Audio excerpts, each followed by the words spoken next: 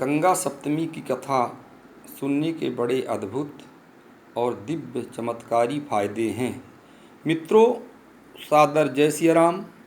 Star media समाचार के माध्यम से आप सभी को बहुत बहुत स्वागत है। मैं हूं आपके साथ आचार्य अरुण पांडे।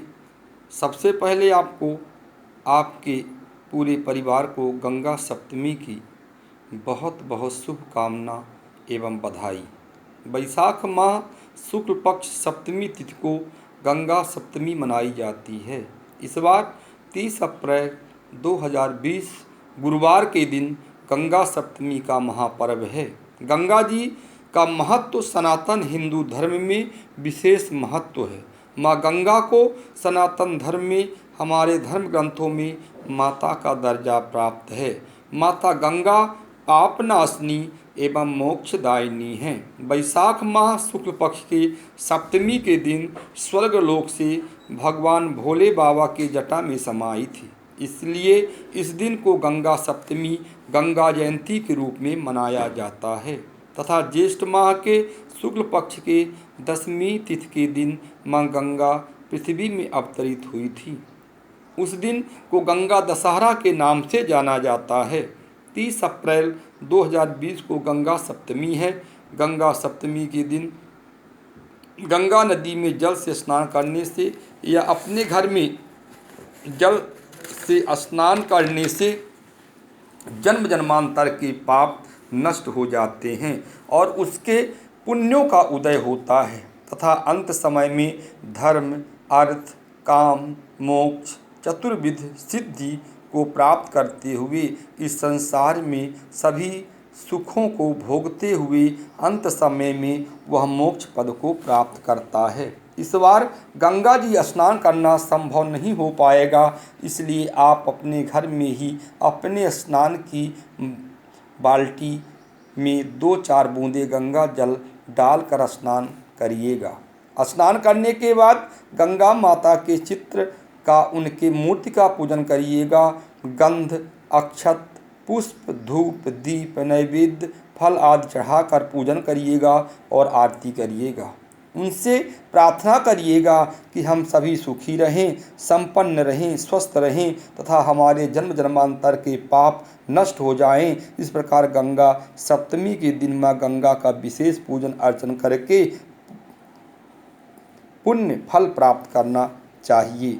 इसी के साथ गंगा सप्तमी की कथा सुननी चाहिए। गंगा सप्तमी का उपवास कर व्यक्ति रोग, शोक तथा दुखों से मुक्त हो जाता है। इस पुण्यकारी व्रत वैशाख मास में शुक्ल पक्ष को सप्तमी तिथि को किया जाने वाला व्रत गंगा सप्तमी कहलाती है। इस दिन माँ गंगा स्वर्गलोक से शिव भगवान की जटाओं में उतरी थी, इसलिए इस दिन को गंगा सप्तमी के रूप में मनाया जाता है। उसके बाद शिव जी ने गंगा माँ को पृथ्वी पर छोड़ा था। जिसने पृथ्वी गंगा माँ के वेग को सहन कर सके, इस दिन स्नान करके पवित्र हो माँ गंगा व शिव जी भगवान का पूजन किया जाता है। मोक्ष की देवी माँ गंगा सप्तमी को गंगा स्नान करने से विशेष फल मिलता है। गंगा सप्तमी के दिन माँ गंगा मंदिरों व गंगा जी में विशेष पूजन का आयोजन किया जाता है। गंगा सप्तमी के दिन गंगा स्नान के पश्चात दीन दुखियों को वस्त्र, अन्न, जल दान करने से विशेष फल मिलता है। इस दिन किया हुआ गंगा स्नान, दान, जप, होम तथा उपवास अनंत फलदायक होता है। जो व्रती गंगा सप्तमी के दिन फल, पुष्प आदि लेकर माँ गंगा की प्रदक्षिणा करता है, उसकी माँ गंगा सभी मनोकामनाएं पूर्ण हो जाती हैं तथा अंत में प्रभु चरणों में स्थान मिलता है। गंगा सप्तमी की कथा। गंगा की उत्पत्ति के बारे में अनेक मान्यताएं हैं। हिंदुओं की आस्था का केंद्र गंगा। एक मान्यता के अनुसार ब्रह्मा जी के कमंडल से माँ गंगा का जन्म हुआ। एक अन्य मान्यता के अनुसार गंगा श्री विष्णु जी के चरणों से अवतरित हुई, जिसका पृथ्वी पर अवतरण राजा सगर के 60,000 पुत्रों का उद्धार करने के लिए इनके वंशज राजा दिलीप के पुत्र भगीरथ हुए। राजा भगीरथ ने अपने पूर्वजों का उद्धार करने के लिए पहले माँ गंगा को प्रसन्न किया। उसके बाद भगवान शंकर की कठोर आराधना कर नदियों में श्रेष्ठ गंगा को पृथ्वी पर उतारा। वह अंत में माँ गंगा भागीरथ के पीछे पीछे कपिल मुनि के आश्रम में गई एवं देव नदी गंगा का स्पर्श होते ही भागीरथ के पूर्वजों राजा सगर के 60,000 पुत्रों का उद्धार हुआ। एक अन्य कथा श्रीमद् भागवत के 5वें स्कंध अनुसार राजा बल ने तीन पग पृथ्वी नापने के समय भगवान वामन का बायां चरण ब्रह्मांड के ऊपर चला गया। वहाँ ब्रह्मा जी के द्वारा भगवान के चरण धोने के बाद जो जल धारा थी वह उनके चरणों को स्पर्श करती हुई 4 भागों में विभक्त हो गई। सीता पूर्व दिशा, अलकनंदा दक्षिण दिशा, चक्षु पश्चिम दिशा में, भद्रा उत्तर, बिंदगी के उत्तरी भागों में। इसे भगीरथी गंगा के नाम से भी जाना जाता है। भारतीय साहित्य में देव नदी गंगा की उत्पत्ति की 2 तिथियां बताई जाती हैं। प्रथम वैशाख मास शुक्ल पक्ष तृतीया, द्वितीय ज्येष्ठ शुक्ल पक्ष की गंगा दशमी। गंगा जल का स्पर्श होते ही सारे पाप क्षण भर में धुल जाते हैं।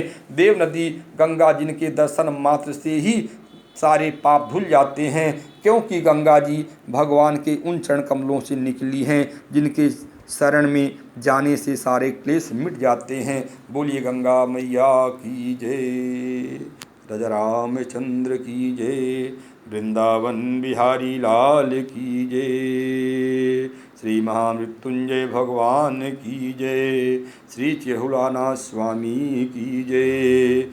धर्म की जय हो, अधर्म का नाश हो, प्राणियों में सद्भावना हो, विश्व का कल्याण हो। सर्वे भवन्तु सुखिनः, सर्वे सन्तु निरामयः, सर्वे भद्राणि पश्यन्तु, मा कश्चित् दुर्भाग् भवेत्। नमः पार्वती पतये, हर हर महादेव।